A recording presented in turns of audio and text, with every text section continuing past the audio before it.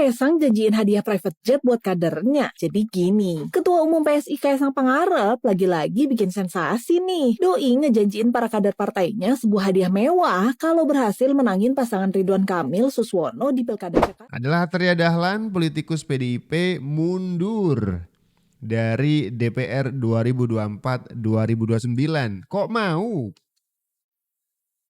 Karena dia mempersilahkan Romi Soekarno untuk bisa duduk di kursi DPR itu. Roy Suryo nih malah lagi nggak ada kerjaan kali ya. Dia belakangan ini komentarin karakter Gibran Rakabuming yang menurutnya aneh sejak lama.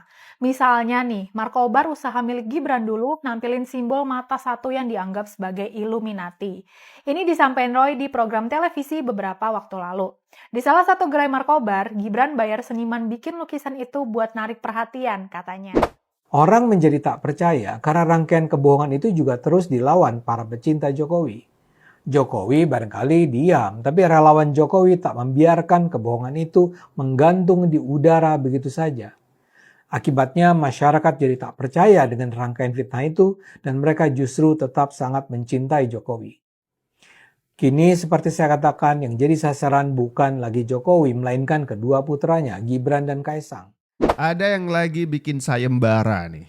Sayembara yang hadiahnya nggak main-main. Hadiahnya adalah sebuah private jet. Nah kalau inget soal private jet, inget siapa? Inget Kaesang. Dan bener, yang ngadain sayembara ini adalah Kaesang Pangarep. Waduh, gimana orang yang lagi teriak-teriak Kaesang gratifikasi, Kaesang gratifikasi. Ini Kaesang nih bikin sayembara. Hadiahnya yaitu private jet. Wah. Kaesang janjiin hadiah private jet buat kadernya. Jadi gini, Ketua Umum PSI Kaesang Pangarep lagi-lagi bikin sensasi nih. Doi ngejanjiin para kader partainya sebuah hadiah mewah kalau berhasil menangin pasangan Ridwan Kamil Suswono di Pilkada Jakarta. Pernyataan itu langsung bikin riuh para kader yang hadir. Mereka nebak-nebak hadiah apa yang bakal dikasih ketumnya itu. Banyak yang ngira Kaesang bakal ngasih hadiah sepeda kayak bapaknya Jokowi atau liburan ke Bali. Tapi ternyata Kaesang punya jawaban lain yang bikin heboh satu ruangan. Doi bilang padahal udah dibilang hadiah mewah, malah mintanya sepeda. Padahal Doi mau kasih private jet. Sontak seisi gedung riuh ketawa dan mikir ini Kaesang serius apa bercanda. Banyak netizen yang rasa pernyataan Kaesang soal hadiah private jet ini cuma bercanda dan tujuannya buat ngolok-ngolok rakyat. Wah, keterlaluan banget sih kalau iya. Menurut lo gimana ya Ramania? Menurut saya ini adalah cara Kaesang buat nanggepin para pencaci, para pengkritik yang tidak berdasar bahwa gratifikasi yang dilakukan atau dikenakan kepada Kaesang itu benar adanya. Pertama-tama kita mesti nunggu dulu nih pengumuman dari KPK apakah benar gratifikasi ada potensi suap di sana. Karena kita tahu benar bahwa Kaesang ini adalah memang putra presiden tapi dia bukan penyelenggara negara. Jadi kita mesti hati-hati, mesti fair juga dong, ya kan? Karena mungkin jengah juga, ini orang-orang gak bisa pada diem nih soal gratifikasi. Udah saya datang ke KPK, klarifikasi dan seterusnya, masih aja rame, ya kan? Ya udah deh, sikat sekalian. Bikin sayembara untuk kader-kader PSI yang memenangkan pasangan calon Ridwan Kamil dan Suswono di Jakarta, mereka akan dapat private jet dari Kaesang. Waduh. Tapi ada yang menarik nih, yang soal menang-menangan gitu ya. Ternyata ada orang yang nggak ikut kompetisi tapi bisa menang. Iya serius. Syaratnya adalah punya darah biru. Ini nih beritanya nih. Mundur demi cucu Bung Karno. Bisa duduk di Senayan. Adalah Arteria Dahlan, politikus PDIP mundur dari DPR 2024-2029. Kok mau? Karena dia mempersilahkan Romi Soekarno untuk bisa duduk di kursi DPR itu. Kata Arteria, katanya dia sudah menjadi tugasnya untuk melayani keluarga Bung Karno. Bisa ya. Nah kata dia juga kita di sini kan buat ngejagain mereka, bukan dikasih uang. Mengabdi, ya kan? Mengabdi bukan ke rakyat tapi ke cucu Bung Karno.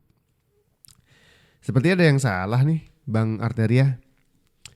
Kalau kita belajar sejarah, emang udah diajarin sejarah sejak SD ya. Ada mata pelajaran sejarah begitu. Jadi anak kecil pun tahu siapa presiden pertama kita. Soekarno. Tahu benar. Tapi bagaimana kemudian demokrasi ini dimaknai, menghargai pahlawan proklamator itu sebagai hal yang sangat dikultuskan. Sampai-sampai pengabdian tuh ke anggota keluarga dari Soekarno. Itu kayaknya ada yang kepleset deh Bang. Bukankah pengabdian itu harusnya ke rakyat ya? Iya gak sih atau saya yang salah? Roy Suryo nih malah lagi nggak ada kerjaan kali ya. Dia belakangan ini komentarin karakter Gibran Rakabuming yang menurutnya aneh sejak lama. Misalnya nih, Markobar usaha milik Gibran dulu nampilin simbol mata satu yang dianggap sebagai Illuminati.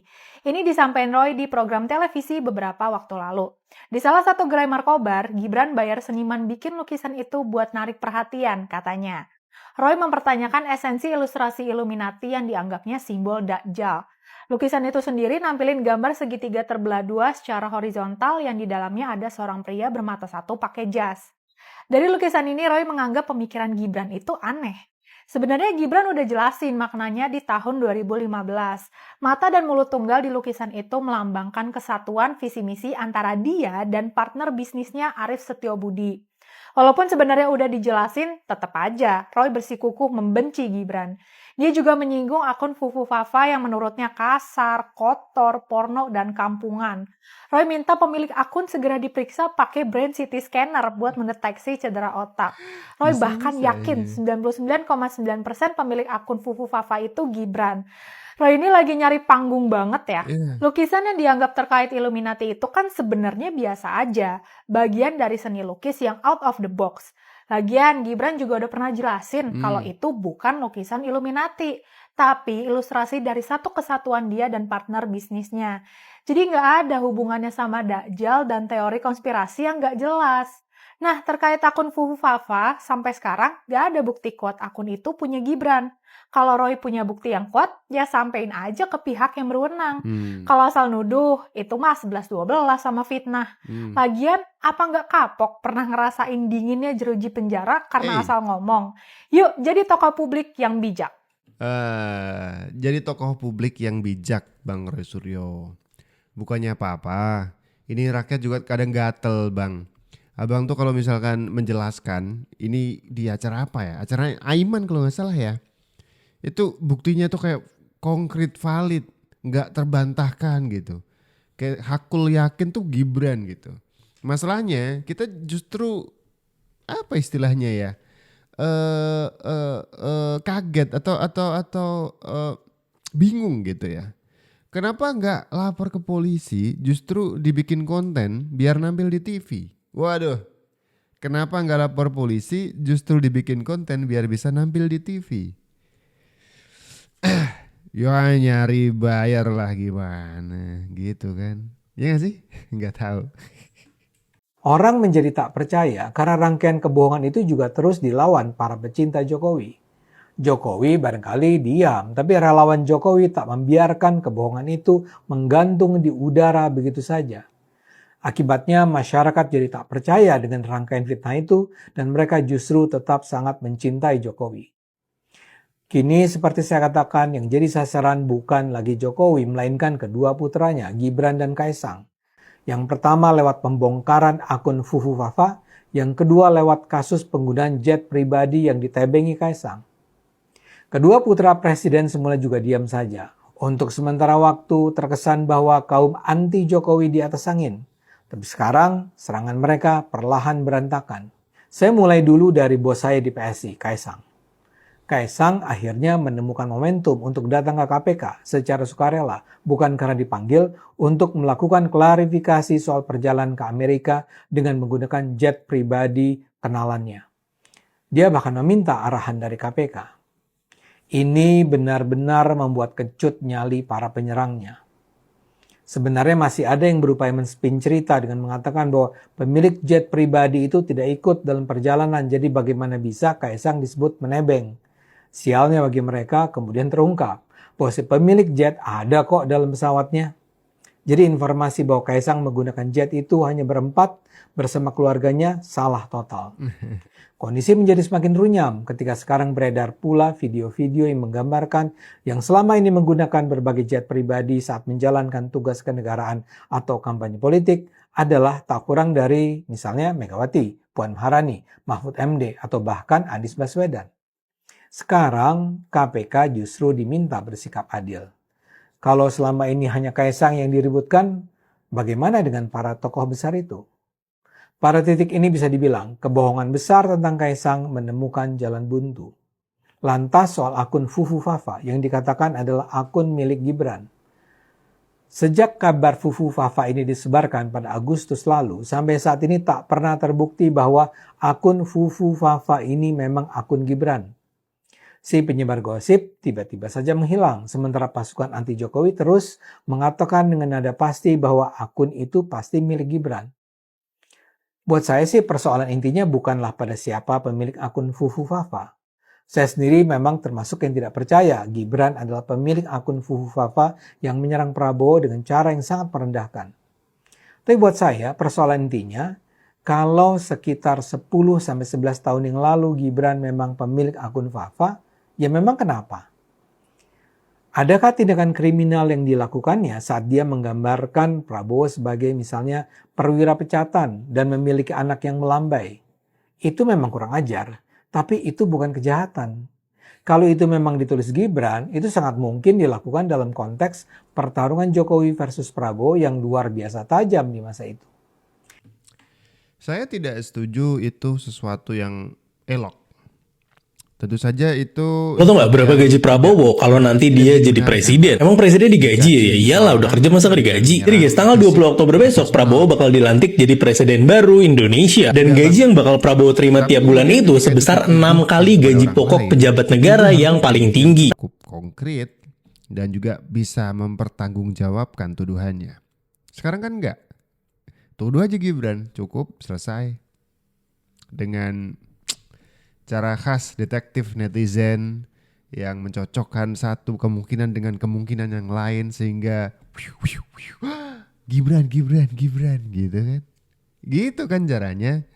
Saya kurang paham bagaimana teknisnya netizen atau mungkin para haters, para komentator di luar sana mencoba untuk mengungkap ini Gibran atau bukan. Saran saya, jika cukup buktinya silakan dilaporkan. Atau setidaknya apa istilahnya ya? Itu kan kalau misalkan kasusnya pencemaran nama baik, si yang dicemarkan nama baiknya tinggal Prabowo-nya aja mau melaporkan atau memperkarakan itu di mata hukum atau tidak.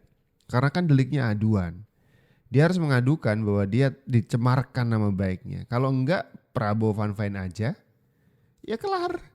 Ada yang ribut-ribut, ya cuman menelan ludah. Iya dong.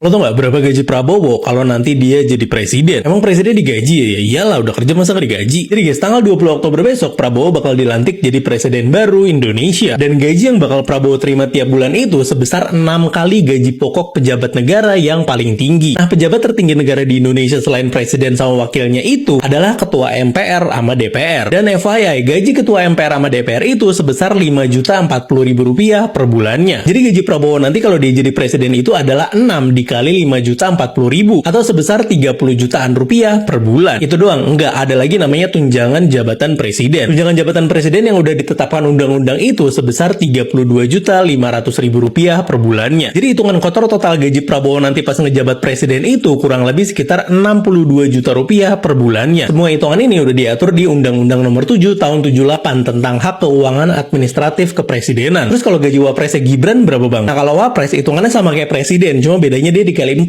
bukan dikali 6. Plus ada tunjangan jabatan wapres itu sekitar 22 juta. Kalian hitung sendiri tuh gaji Gibran berapa? Ini soal hak ya. Nggak usah dipolitisasi, nggak usah di spin-spin. Hak, udah ada undang-undangnya.